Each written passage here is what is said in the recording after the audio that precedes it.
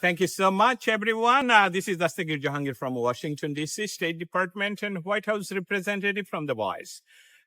Today, we are going to talk with our senior journalist, our brother from Pakistan. We know the Frontier Province, and he is working with the Frontier Post long enough to teach us, give us some experience. With me, I have a special guest, Jaleel Afridi. Assalamu alaikum, bhaiya. Thank you so much being with me. First and foremost, I want to ask you how you are.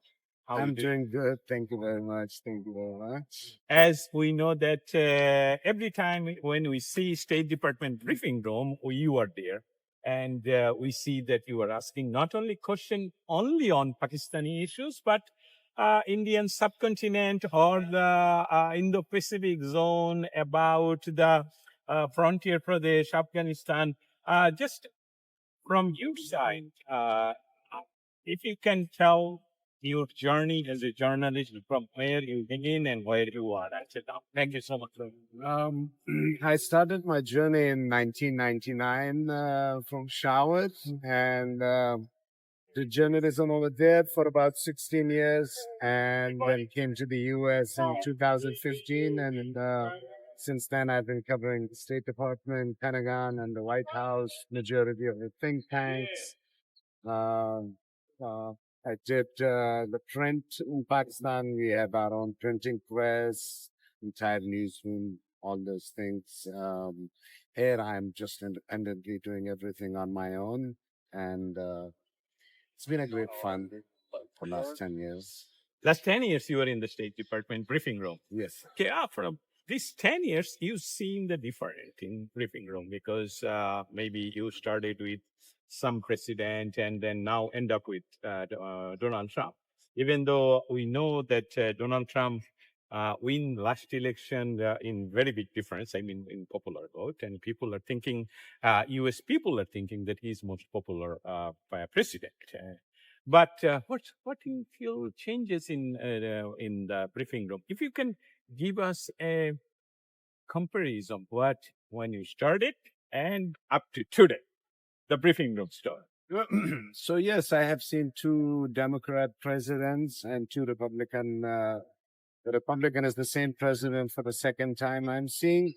And I will definitely say that during the Democrats' rule, their media guys are much more friendly, exactly according to the U.S. History, where journalism has been founded 300 of years, you know. I feel like during the Democrat, journalists are given a lot more respect, a lot more freedom, and everybody is kind of treated almost on the same basis, equal basis. During the Republican time, especially, I mean, both these President Trump time, I feel like whether it is the White House or the State Department spokesperson, their behavior is very aggressive with journalists. They're very rude with journalists. State Department, I mean, Tammy Bruce runs the briefing room. I feel like the grade 5th children are sitting, you know, multiple times she leaves these notes on every chair for us saying how we need to behave, you know. I don't think journalists who have worked for decades should not be taught the manners of the briefing room. I think they're well aware of the manners and the etiquettes. And so just I feel like during President Trump era, this, especially this now spokesperson, had attitude with very senior journalists like you know, with Matt Lee of AP is extremely rude. Oh my with God. Saeed from Palestine is Matt from AP, he's most senior journalist in the It's briefing one of room. the, yeah, I started my journalism career when I started in 1999. I mean, Matt was one of the first people I used to watch, and he was pretty crazy like me. I feel like in that time he has calmed down a little bit, but I'm sure you have noticed his sense of humor and the taunting he does in the midst of, you know, and that is the beauty of press briefing. It's not like, you know, it's okay if somebody talks, or that's what makes it more interactive, and I feel like beautiful, and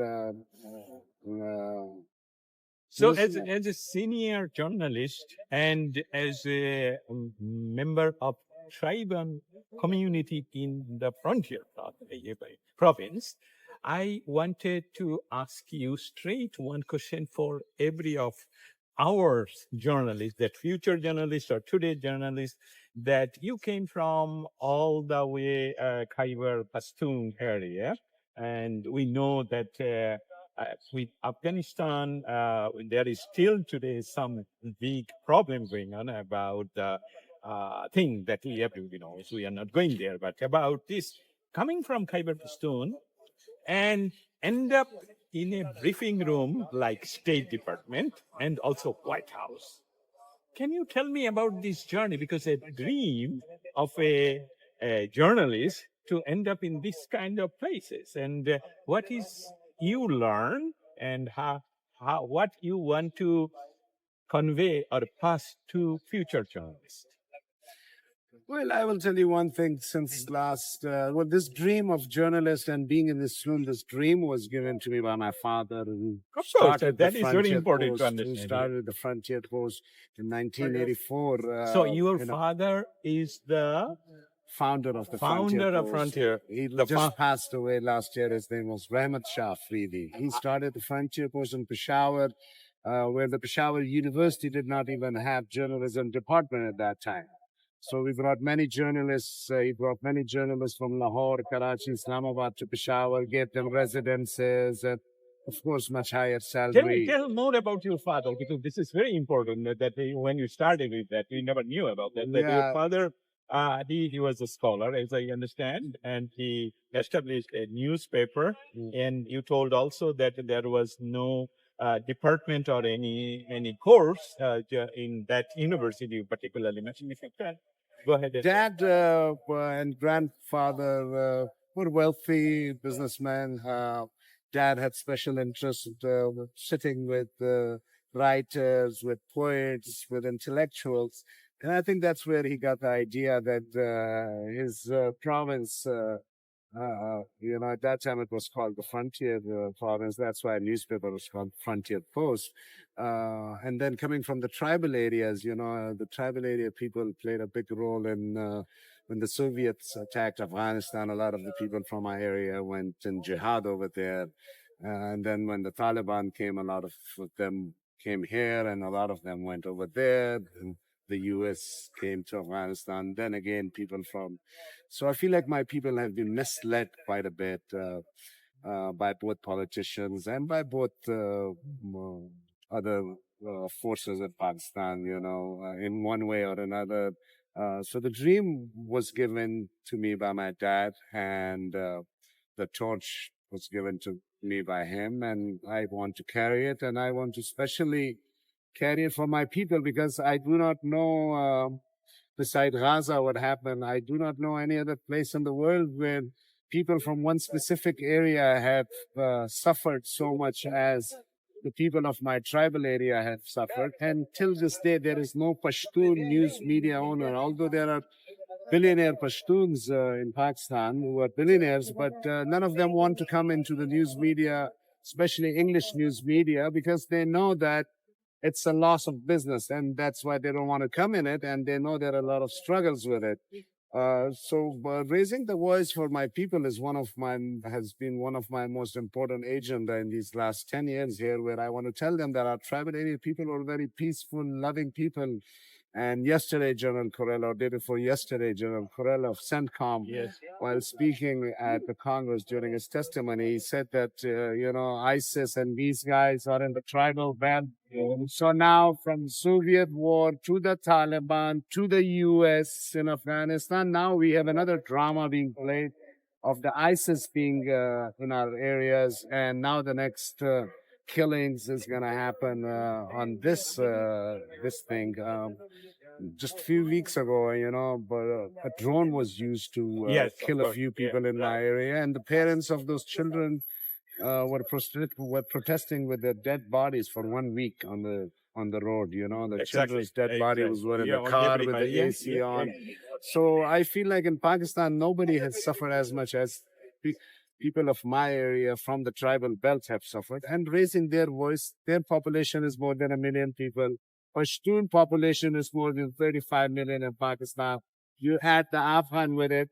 All these Pashtun till this day do not have, there is no news media owner or anybody to speak about these 35 to 40 million people to raise their voice to these people who are at the helms of affair at the State Department. So, so your voice in State Department and your voice in White House, Pentagon, this area, uh, if you can tell us something that is there any changes happen raising your voice, what is the result you got from last 10 years being in there? If you can tell for our reader or our listener. The change I feel like is awareness. Also, a lot of time the change you do not feel Immediately. from people immediately. It happens with due course of time. Of course. I think my voice has affected a lot of people in Pakistan, including those in Islamabad. That's why my colleagues, my employees in Pakistan goes through the torturing of sometimes their payments being late by the government. Yes, of course. So these are the sort of things that happen. But I feel like as far as education, at least now they can dream that if one Afridi can be a journalist at State Department, one day they also have a dream that they can also be one day Be here. Yeah, so Yeah. they at least dream as people live for dreams. So, what your father made you or encouraged you, and you end up in the we say it hot place. I mean, in the briefing room. Now, really, we want one thing from it. When we go to State Department briefing room or White House briefing room, can you just give a little scenario how it works and how a journalist feels? What is the feeling of journalists? What you really do there? Is it very hot place? I mean, pressurized place, or it's a simple place? Something like that. If you just explain the briefing room stuff.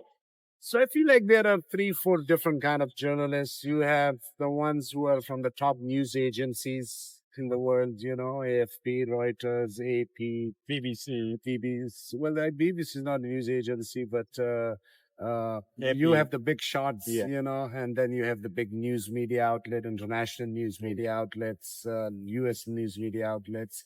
Then, of course, you have the planted journalists. You have those journalists who are Agent.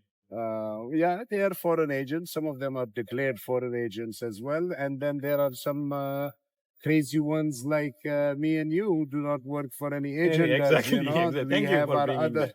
We have our other struggles in life we do to make our survival, because this is one of the most expensive cities in America. Exactly. To survive here is and then with family and children is a very difficult. So yes, in that room you do compete with from global international journalists to U.S.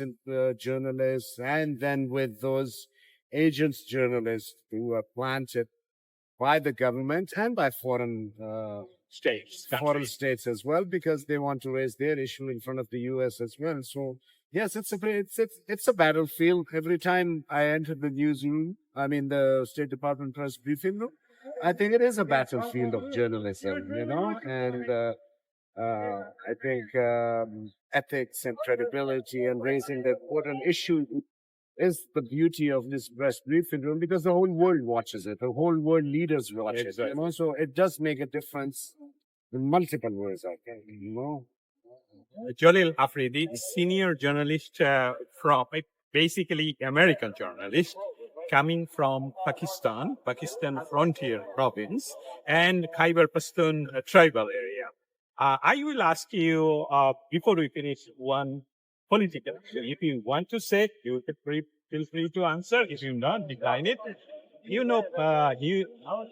Humanitarian corridor happened in Soviet time in Pakistan because Soviet attacked Pakistan or Soviet sent no, I'm sorry, in Afghanistan, and by with the request of the United States or Western country, Pakistan gave corridor to Afghanistan. And still today you are suffering.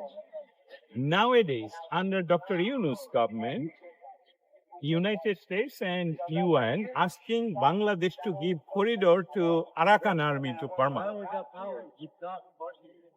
And if you can tell or compare, if we give the corridor of what happened giving corridor in Afghanistan from Pakistan, and still you are suffering.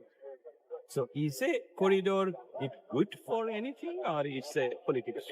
So for 21 years, when the U.S. was there, we always told the U.S. that you should not come here, you should not stay here.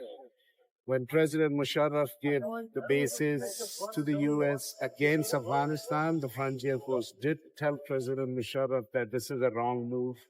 This will hit you back in future. I do not think any country especially should give any corridors to anybody against their neighbors.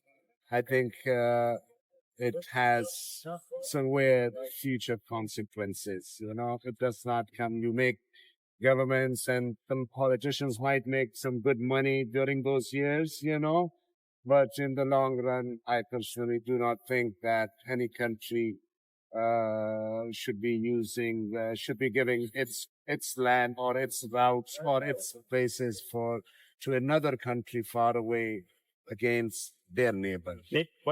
Very neighbor and coming from outside and using this corridor for military issues. And you are still suffering. Of course, we are not just we are suffering. In particular, my people are suffering. Your tribal, my people. tribal area people have suffered most. Can my you give me some example that before corridor and you told 21 years, I think it's more than that, 30 years, because Soviet Union came along ago. Yeah. So still now you do not have peace. I seen personally, you are asking State Department same question repeatedly that some thing happening always cross-border aggression from Taliban side or Afghanistan side to inside of your people. So nothing is changing.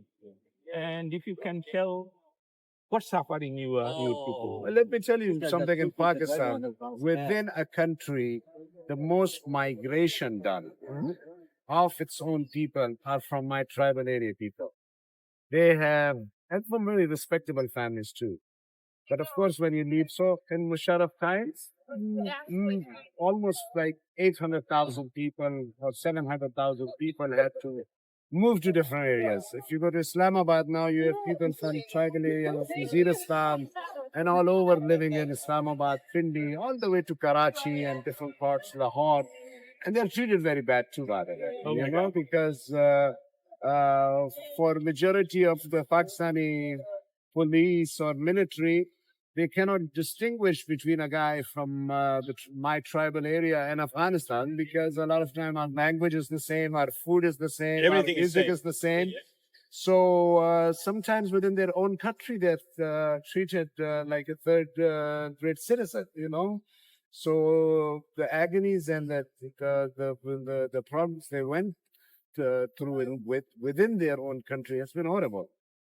And that what will happen with the same people of your country who are in that border region. They will be the one who will suffer the most. They already starting suffering. They have already started. And they will continue as long as this thing continues. And then revenge is another thing. Revenge is our human instinct. You know, somebody kills your parents, your children. You naturally have that grudge that, yes, I have to get a revenge from them. And sometimes then people do it in physical manner. Sometimes then people do it in monetary, you know. So, but that revenge aspect you also keep in mind because people don't forget. You know, you kill somebody's children, they are not going to forget that you killed their children. You know, and Pashtun people, the revenge is part of their culture. You know what I mean? For hundreds and thousands of years. Yes, exactly.